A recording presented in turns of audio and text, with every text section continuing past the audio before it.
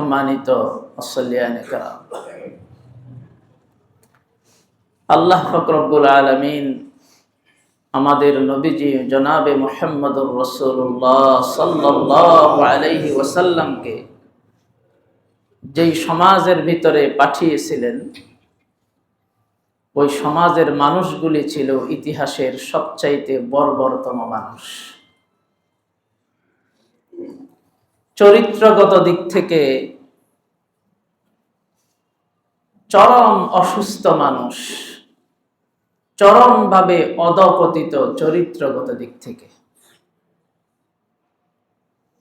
কিরকম, কেমন অধপতিত, কিভাবে,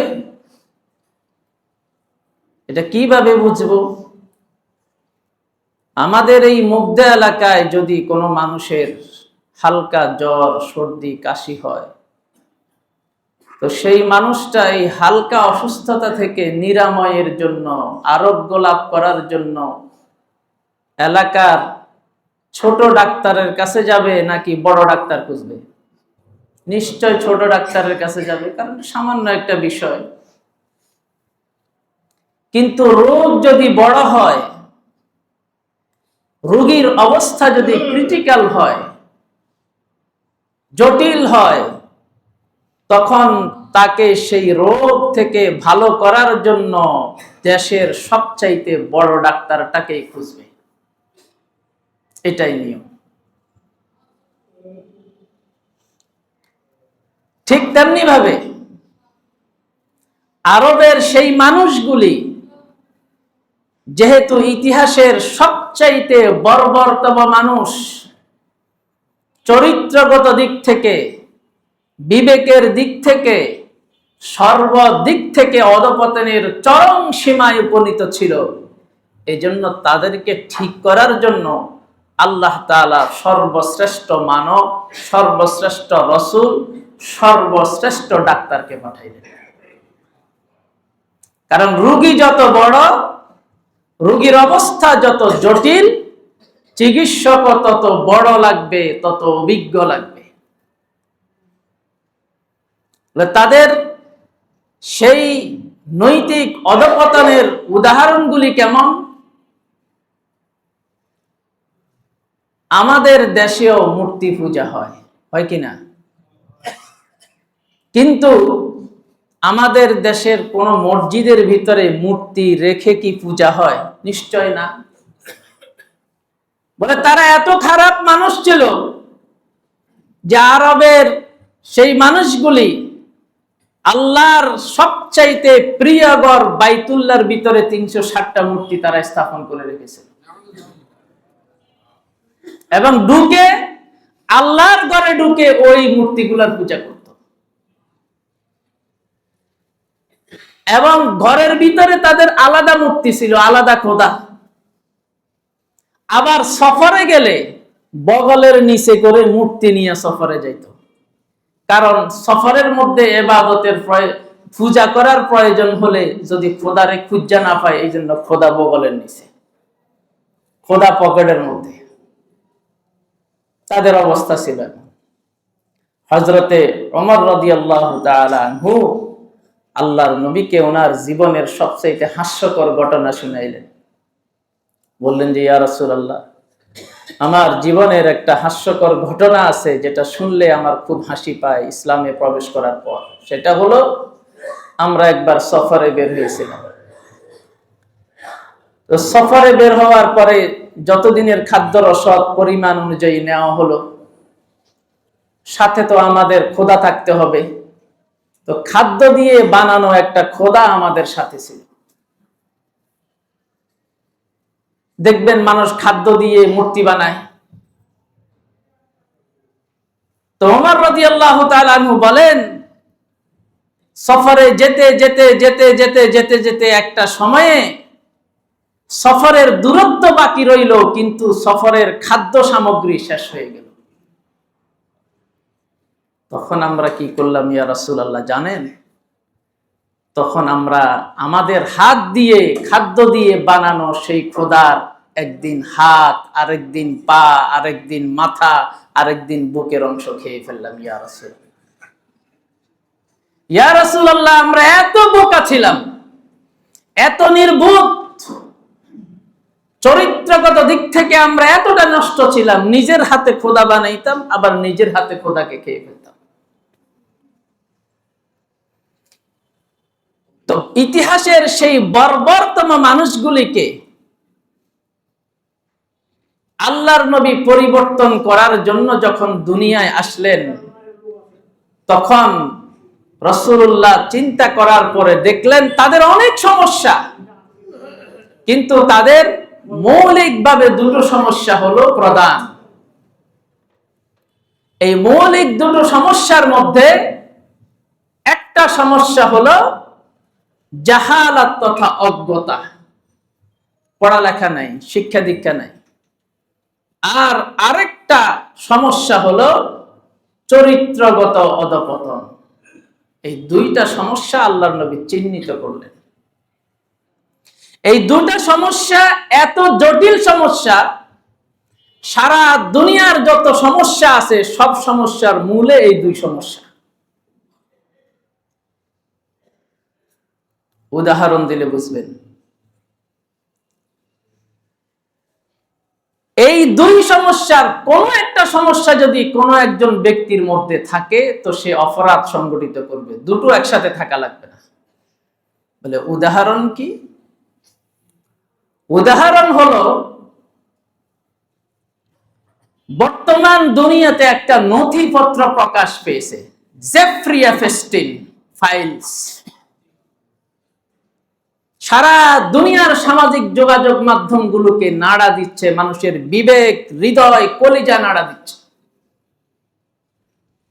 সেই তথ্যে যেটা উঠে এসেছে সেটা হলো, সারা দুনিয়া থেকে 5 থেকে 6 বছরের, 9 বছরের, 12 বছরের, 8 বছরের, 7 বছরের মেয়েগুলাকে বিভিন্ন টাকার লোভে প্রলোভনে নিয়ে এক জায়গায় একত্রিত করত।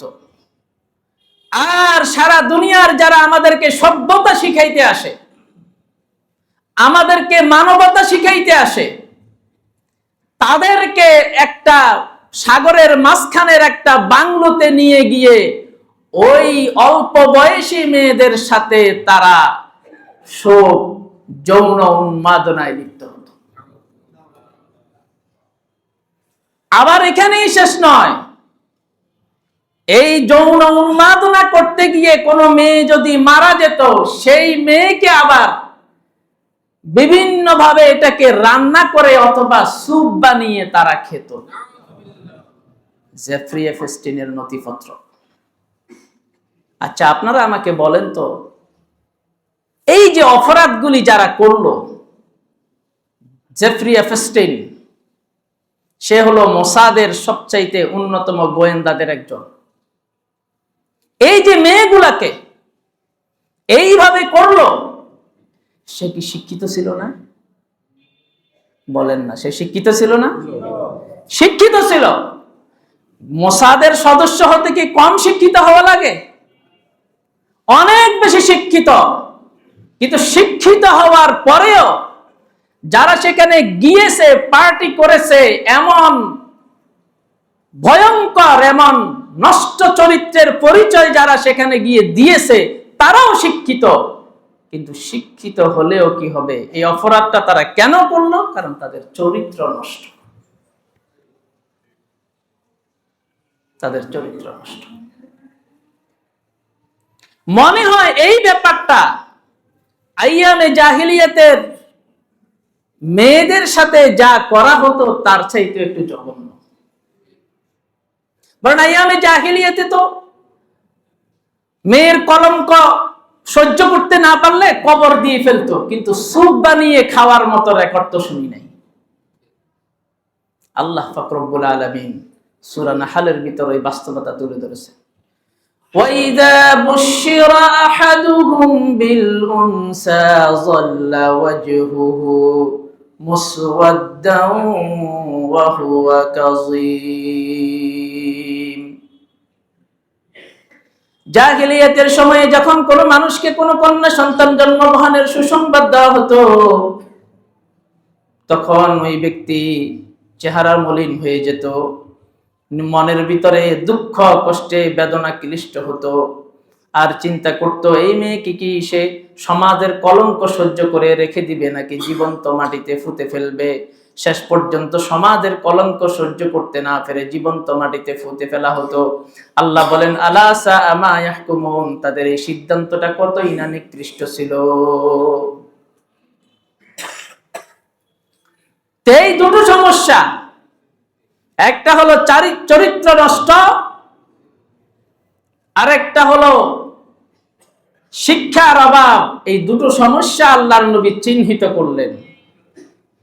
চিহ্নিত করে এই দুটো সমস্যার সমাধানের জন্য আল্লাহর নবী দুটো ঘোষণা দিলেন। দুটো ঘোষণা, এই দুটো ঘোষণাকে আমরা আমাদের পারিবারিক ভাবে কর্মসূচি হিসাবে গ্রহণ করতে পারি, আমাদের ছেলে ইয়াং, আমাদের উঠতি বয়সের ছেলেদেরকে ঠিক করার জন্য। ক্বালা রাসূলুল্লাহ সাল্লাল্লাহু আলাইহি ওয়াসাল্লাম, আল্লাহর নবী এই দুই সমস্যা চিহ্নিত করার পরে দুটো ঘোষণা দিলেন, দুটো দফা দিলেন। এক নাম্বার দফা হলো ইন্নামা বুইসতু মুআল্লিমান, আল্লাহ পাক রব্বুল আলামিন আমাকে দুনিয়ায় শিক্ষক বানিয়ে পাঠিয়েছেন। সারা দুনিয়ার সমস্ত মানুষের জন্য আমি শিক্ষক হিসাবে প্রেরিত হয়েছি। কেন শিক্ষক হিসাবে প্রেরিত হলাম? কারণ ওই সময়ের মানুষগুলা ছিল সবচাইতে অজ্ঞ। আল্লাহ আমাকে শিক্ষক বানাইয়া পাঠাইলেন যাতে করে আমি মানুষদের থেকে অজ্ঞতাকে দূর করে তাদেরকে সেই আল্লাহর শিখানো শিক্ষা, সেই কোরআনের ইলম, সেই ইলমে ওহী, আল্লাহর আসমানের সেই শিক্ষাটা তাদেরকে দিয়ে সঠিক মানুষে পরিণত করতে পারি। এই জন্য আল্লাহ তাআলা আমাকে শিক্ষক বানিয়ে পাঠাইলেন। দুই নাম্বার কর্মসূচি বুইসতু লিউতাম্মিমা মাকারিমাল আখলাক, আল্লাহ পাক রব্বুল আলামিন আমাকে সর্বোচ্চ চরিত্র মাধুর্য দিয়ে পাঠাইলেন। আমাকে যেই চরিত্র আল্লাহ পাক রব্বুল আলামিন দান করেছেন, পৃথিবীর কোন নবীকে, পৃথিবীর কোন মানুষকে আল্লাহ তাআলা সেই চরিত্র দান করেন নাই। কেন আমাকে সবচাইতে উন্নত চরিত্র দিলেন? কারণ ওই সময়ের মানুষগুলো ছিল সবচাইতে বেশি চারিত্রিক দিক থেকে অধঃপতিত। তো যে যত বড় রোগী তাকে ঠিক করার জন্য তত বড় ডাক্তার দরকার। এই জন্য আল্লাহ পাক রব্বুল আলামিন আমাকে সর্বোচ্চ চরিত্র মাধুর্য দিয়ে পাঠাইছেন যাতে করে ওই মানুষগুলার চরিত্রগুলোকে আমি ঠিক করতে পারি। ওই মানুষগুলার চরিত্রকে যাতে আমি ঠিক করতে পারি। এই দুই কর্মসূচি, একটা হলো শিক্ষা, শিক্ষার মাধ্যমে, শিক্ষাদানের মাধ্যমে, শিক্ষা দীক্ষার মাধ্যমে তাদের অজ্ঞতা দূর করা, তাদেরকে লেখাপড়া শেখানো। লেখাপড়া থেকে উদ্দেশ্য কোন লেখাপড়া? আল্লাহর কোরআনের এই লেখাপড়া। জাগতিক যে শিক্ষা আছে সেই শিক্ষা উদ্দেশ্য না। বলে কেন উদ্দেশ্য না? জাগতিক শিক্ষাটা প্রত্যেকটা মানুষের মধ্যে জীবন ধারণের যে যোগ্যতা, মেধা আল্লাহ তাআলা সেটা দিয়ে দিয়েছেন। বরং অনেক ক্ষেত্রে আমাদের চাইতেও বেশি জাগতিক যোগ্যতা পশু পাখির মধ্যে আছে। একটা উদাহরণ শুনেন। ভারতের এক বড় আলেম তিনি বলেন যে আমি এক জায়গায় বেড়াতে গেলাম, যাওয়ার পরে তো এক বাসায় যাওয়ার পরে সেই বাসাটা ছিল জঙ্গলের পাশে। তো বানরগুলো দলে দলে এসে বাসা বাড়ির ফল ফলাদি সবগুলি খেয়ে দিয়ে তছনছ করে চলে যায়। তো বাড়ির মালিক একদিন বিরক্ত হয়ে চিন্তা করলো আজকে একটা কাজ করব। খাবারের মধ্যে বিষ মিশাইয়া দিছে। বিষ মিশাইয়া দিয়া খাবার ফেলে রাখছে, বানর আসবে খাবে, খেয়ে মারা যাবে। বিষ সামনে, খাবার বিষ মিশ্রিত খাবার দিয়ে দূরে আড়ালে বাড়ির মালিক কর্মকাণ্ড দেখতেছে, দেখি বানরগুলোর কি অবস্থা হয়। বানরগুলো আসছে, আসার পরে খাবারের কাছে গেছে, যাওয়ার পরে এখন আর খায় না। তারা সকলে বসে কি যেন পরামর্শ করতেছে। পরামর্শ করে তারা কি করলো? দুইজনকে পাঠাইলো। দুইজন জঙ্গলের ভেতরে গেল, যাওয়ার পরে দেখে কি কিছু ফাতা, লতা ফাতা নিয়ে আইছে। লতা পাতা আনার পরে এইবার লতা পাতা এক পাশে রাখছে, একটা পাতা খায় আর বিষ মিশ্রিত খাদ্য খায়, মারা যাওয়ার কোনো কারণ নাই, প্রতিষেধক খাইতেছে। অবাক করা কাণ্ড। কারণ তারা জানে এই বিষ খেলে আমি বেঁচে যেতে পারবো, এই পাতাটা খেলে এটার ভিতর আমার কি আছে, প্রতিষেধক আছে, বাঁচার উপকরণ আছে। তো বলতেছিলাম এই জাগতিক শিক্ষাটা পশু পাখির মধ্যেও আছে। আল্লাহর নবী মানুষকে জাগতিক শিক্ষা দেওয়ার জন্য আসেন নাই, এসেছেন কোরআনের শিক্ষা দেওয়ার জন্য। কোরআনের শিক্ষাই উদ্দেশ্য। আর এই কথা পৃথিবীর সমস্ত ধার্মিক অধার্মিক, মুসলিম অমুসলিম সবাই এক বাক্যে স্বীকার করে যে তরুণ যুব সমাজ, আমাদের পরিবারের ছেলে সন্তানদেরকে আমরা যদি ধর্ম না শিখাই তাহলে তাদের কি অবস্থা হবে। এই জন্য তারা চিৎকার করে বলেছে, if you teach your children the 3 R's, তোমাদের শিশুদেরকে যদি তোমরা 3 R শিখাও, রিডিং, রাইটিং, অ্যারিথমেটিক, পড়া লেখা, অঙ্ক, হিসাব বিজ্ঞান, এগুলো যদি শিখাও, and do not them the 5th R, তাদেরকে যদি 4th R না শিখাও, 4th R কি, রিলিজিয়ন, ধর্ম, they will become as 5th R, rascal, তাহলে 5ম আর হিসাবে সবগুলা সন্ত্রাসী বাটপার ফাজি হয়ে যাবে। আল্লাহর নবী বললেন, বুইসতু লিউতাম্মিমা মাকারিমাল আখলাক, ইন্নামা বুইসতু মুআল্লিমান, এই 2 কর্মসূচি নিয়ে আমি দুনিয়াতে এসেছি। একটা হলো ইলমে ওহী, এই ওহীর শিক্ষা মানুষকে দিতে হবে, তারপরে মানুষের চরিত্রকে ঠিক করতে হবে। এই 2 কর্মসূচি পালন করে আল্লাহর নবী যখন সাহাবায়ে কেরামের পিছনে মেহনত করলেন, তখন অস্বাভাবিক ফলাফল এসেছে। কেমন ফলাফল? দেখেন, সাহাবায়ে কেরাম ছিল কি, ছিল ইতিহাসের সবচাইতে বর্বরতম মানুষ। আল্লাহর নবী এসে এই 2 দফা কর্মসূচি পালন করে কোরআনের শিক্ষা দেওয়ার পরে হলো কি, হলো ইতিহাসের সবচাইতে ভালো মানুষ। ছিল ইতিহাসের সবচাইতে বর্বরতম মানুষ, আর আল্লাহর নবী এই কর্মসূচি বাস্তবায়ন করে মেহনত করার পরে হলো ইতিহাসের সবচাইতে ভালো মানুষ। আশ্চর্য কথা। কিসের পরিবর্তন, কিসের এই পরিবর্তন? এই পরিবর্তনটা হলো আল কোরআনুল কারীমের কারণে। কিসের কারণে ভাই?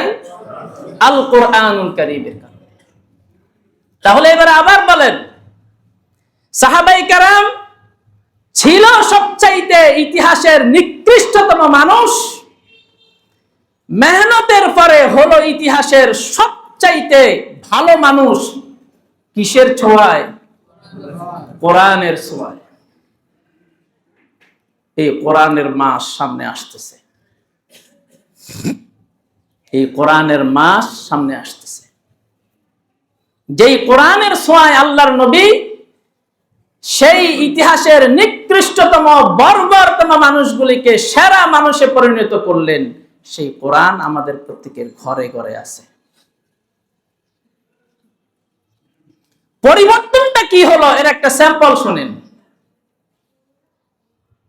আল্লাহর নবীর একজন সাহাবী, নাম হলো সাঈদ ইবনে আমির আল জুমাহি। ওমর রাদিয়াল্লাহু তাআলা আনহু খলিফা হওয়ার পরে, তিনি দেরিতে ইসলাম গ্রহণ করেছেন হিজরতের পরে।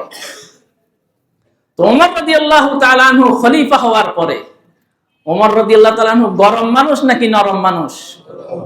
কেমন গরম?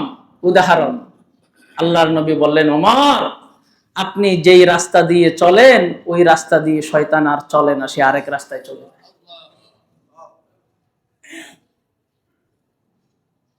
আবার আমরা যে রাস্তায় চলি, আমাদের কাউকে কাউকে দেখলেও শয়তান চলে যায়। 2 চলে যাওয়ার ভিতরে পার্থক্য আছে। কি পার্থক্য? ওমর রাদিয়াল্লাহু তাআলা আনহুকে শয়তান যেই রাস্তায় দেখতেন পালায়া চলে যেতেন আরেক রাস্তা, ওই রাস্তা দিয়ে চলতেন না। আমাদেরকেও দেখলে, কাউকে কাউকে দেখলে শয়তান চলে যায়। কেন? ভাই রে ভাই, তুই যে কাজ করতেছস তুই তো আমার উপরে চলে গেছিস, এই জন্য আমার আর এই রাস্তায় দরকার নেই, আমি আরেক রাস্তায় চলে যাই।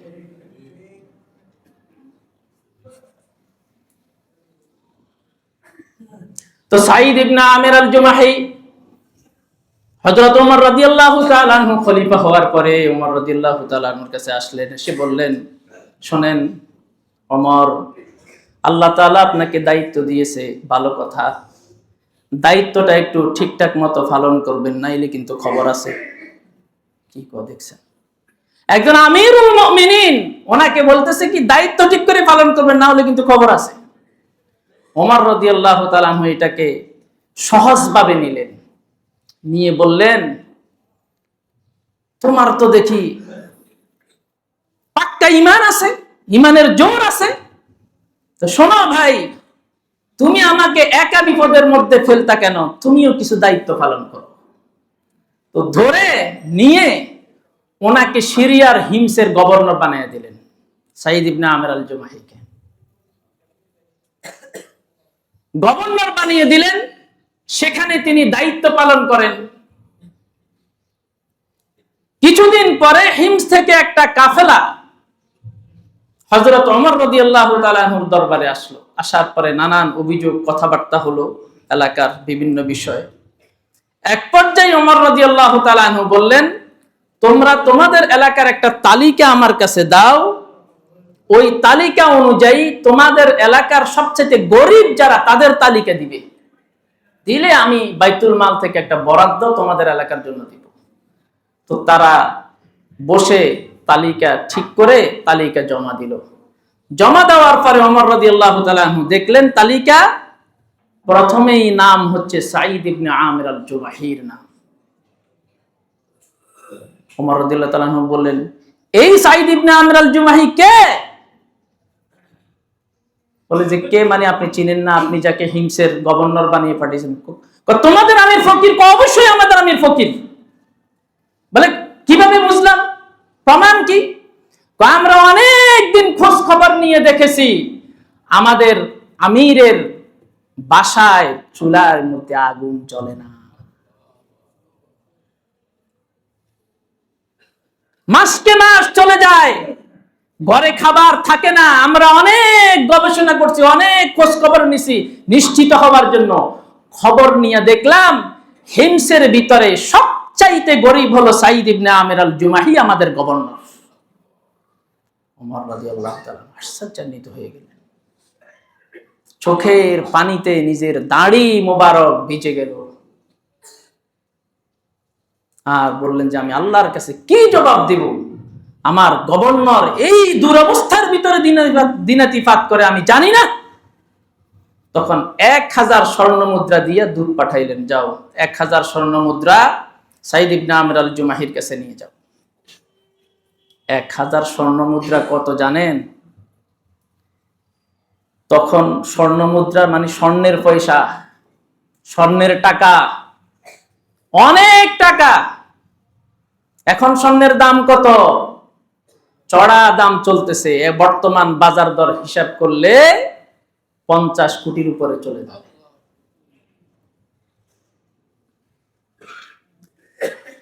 তো সেই স্বর্ণ মুদ্রার থলে দূত সাঈদ ইবনে আমির আল জুমাহির কাছে নিয়ে গেলেন, নিয়ে বললেন যে আমিরুল মুমিনিন আপনার জন্য হাদিয়া পাঠাইছেন। সাঈদ ইবনে আমির আল জুমাহি বলে, কি পাঠাইলো? থলেটা খোলার পরে দেখে যে 1000 স্বর্ণ মুদ্রা। সাঈদ ইবনে আমির আল জুমাহি খুশি হওয়ার পরিবর্তে তিনি যেই কথা বললেন এটা হলো আমাদের জন্য অনুসরণীয়। তিনি বললেন, ইন্না লিল্লাহি ওয়া ইন্না ইলাইহি রাজিউন। আমরা হাদিয়া ফেলে বলি আলহামদুলিল্লাহ। আলহামদুলিল্লাহ বলাটাও সুন্নত, হাদিয়া গ্রহণ করাটাও সুন্নত। কিন্তু সাঈদ ইবনে আমির আল জুমাহি বললেন ইন্না লিল্লাহি ওয়া ইন্না ইলাইহি রাজিউন। কারণ কি? তিনি বললেন, দাখালাত আলাইয়া দুনিয়া লিতুফসিদা আখিরাতি। আমার ঘরের মধ্যে দুনিয়া প্রবেশ করেছে আমার আখিরাতটাকে ধ্বংস করার জন্য, এই জন্য তিনি ইন্না লিল্লাহ পড়লেন। দেখেন আল্লাহর নবী 2 কর্মসূচি পালন করলেন, একটা হলো কোরআনের শিক্ষা, আর একটা হলো চরিত্রের সংশোধন। এই দুই কর্মসূচি পালন করার পরে সাঈদ ইবনে আমির আল জুমাহির মতো মানুষ তৈরি হয়ে গেল। একজন দুইজন না তো, এরকম মানুষ লক্ষ লক্ষ এরকম মানুষ তৈরি করেছেন, যাদের ব্যাপারে আল্লাহর নবী বলে গেছেন খায়রুল কুরুনি করনি সুম্মাল্লাযীনা ইয়ালুনাহুম সুম্মাল্লাযীনা ইয়ালুনাহুম। আমার যুগের সাহাবায়ে কেরাম, আমার সময়ের যারা মানুষ, তারা হলো ইতিহাসের স্বর্ণ মানব, শ্রেষ্ঠ মানুষ। তাদের উপরে দুনিয়ায়, তাদের পরে আর কোন স্বর্ণ মানব আসবে না। চরিত্রকে এইভাবে ঠিক করলেন কোন শিক্ষার বদৌলতে ভাই? এই কোরআনুল কারীমের বদৌলতে। তারা ছিল কি? ছিল ইতিহাসের সবচাইতে নিকৃষ্ট মানুষ। হলো কি? ইতিহাসের সবচাইতে ভালো মানুষ। কিসের ছোঁয়ায়? কোরআনুল কারীমের ছোঁয়ায়। রমাদানের আগে এই কোরআনকে আপনাদের সকলের কাছে আবার নতুন করে উপস্থাপন করলাম। বলে আমরা তো জানি এই কোরআনকে নতুন করে উপস্থাপন করতে হয় নাকি? উপস্থাপন করলাম এই জন্য, এই কোরআন হলো আমাদের আত্মপরিচয়ের প্রেরণার উৎস। এই কোরআনের মাধ্যমে আমাদের দুনিয়া আখিরাতের সমস্ত কল্যাণ সুনিশ্চিত হবে। এই কোরআনের মাধ্যমেই আল্লাহ তাআলাকে সন্তুষ্ট করা সম্ভব। এই কোরআনকে ঘিরেই মুমিনের জীবন, কোরআন ছাড়া মুমিনের জীবন কল্পনা করা যায় না। এই জন্য আপনাদের কাছে সবিনয় অনুরোধ করব, আপনাদের সন্তানদেরকে আপনারা ধর্মীয় শিক্ষা, যেটা কোরআনুল কারীমের শিক্ষা এবং ইসলাম পালনের জন্য যেই ন্যূনতম প্রয়োজনীয় শিক্ষা, সেটা নিশ্চিত করার আহ্বান জানাচ্ছি। তাহলে আর আপনাদের ঘরে ঐশী তৈরি হবে না, যে ঐশী বাবা মাকে জবাই করে দিয়েছিল, ওইরকম সন্তান আপনাদের ঘরে হবে না। এই শিক্ষা যদি নিশ্চিত করতে পারেন সন্তানকে, সন্তানের ব্যাপারে, তাহলে ওই সন্তান পাবেন যেই সন্তান সবসময় রব্বির হামহুমা কামা রব্বায়ানি সগীরা বলবে, আর আপনাকে নিয়ে গর্ব করবে যে আমার বাবা আমাকে এই শিক্ষা দিয়ে গিয়েছে, এই জন্য আমি গর্বিত। যারা মাদ্রাসায় পড়ে তাদের গর্বের একটা জায়গা আছে, এই জায়গাটা ভালো করে বুঝেন। যারা স্কুলে পড়ে তাদেরও গর্বের জায়গা আছে। স্কুলে পড়ার পরে ঢাকা বিশ্ববিদ্যালয় পড়লো, বুয়েট পড়লো, সুয়েট পড়লো, ডাক্তার হলো, ইঞ্জিনিয়ার হলো, বিসিএস ক্যাডার হলো, এগুলি একটা গর্বের জায়গা। কিন্তু ওই শিক্ষা ব্যবস্থার গোড়া কোথায়? গোড়া হলো লর্ড ম্যাকলে। আপনারা এই ব্যাপারে আমার সাথে একমত কিনা? এই যে স্কুল শিক্ষা ব্যবস্থা, এটার গোড়া কোথায়? আমার কাছে ইতিহাস একবারে ধারণ করা তো। লর্ড ম্যাকলে, সিমন দা বাবেল, কুদরতে খোদা শিক্ষা কমিশন, ওই পর্যন্ত গোড়া। আর আপনার ছেলে যদি এই শিক্ষা শিখে, এই শিক্ষার গোড়ায় কে দাঁড়িয়ে আছেন? মুহাম্মদুর রাসূলুল্লাহ সাল্লাল্লাহু আলাইহি ওয়াসাল্লাম। এই শিক্ষার গোড়ায় কে দাঁড়িয়ে আছেন? মুহাম্মদ সাল্লাল্লাহু আলাইহি ওয়াসাল্লাম। তো যেই শিক্ষার গোড়ায় মুহাম্মদ সাল্লাল্লাহু আলাইহি ওয়াসাল্লাম, ওই শিক্ষা থেকে আপনার সন্তানকে আপনি দয়া করে বঞ্চিত করবেন না। এটাকে গুরুত্ব দিয়ে পরিবারকে, সন্তানকে এই শিক্ষায় ন্যূনতম যতটুকু প্রয়োজন ওইটা আপনারা নিশ্চিত করুন, না হয় আল্লাহর কাছে ধরা খেয়ে যাবেন। আল্লাহ তাআলা আমাদের সকলকে কবুল ও মঞ্জুর করেন, এবং সামনে কোরআনের মাসে আমাদেরকে সেই মাস পর্যন্ত সুস্থ থাকার তৌফিক দেন, এবং আমাদের সকলকে রমাদানে কোরআনের সাথে বেশি বেশি সময় কাটানোর তৌফিক দান করেন। আসসালামু আলাইকুম ওয়া রাহমাতুল্লাহ।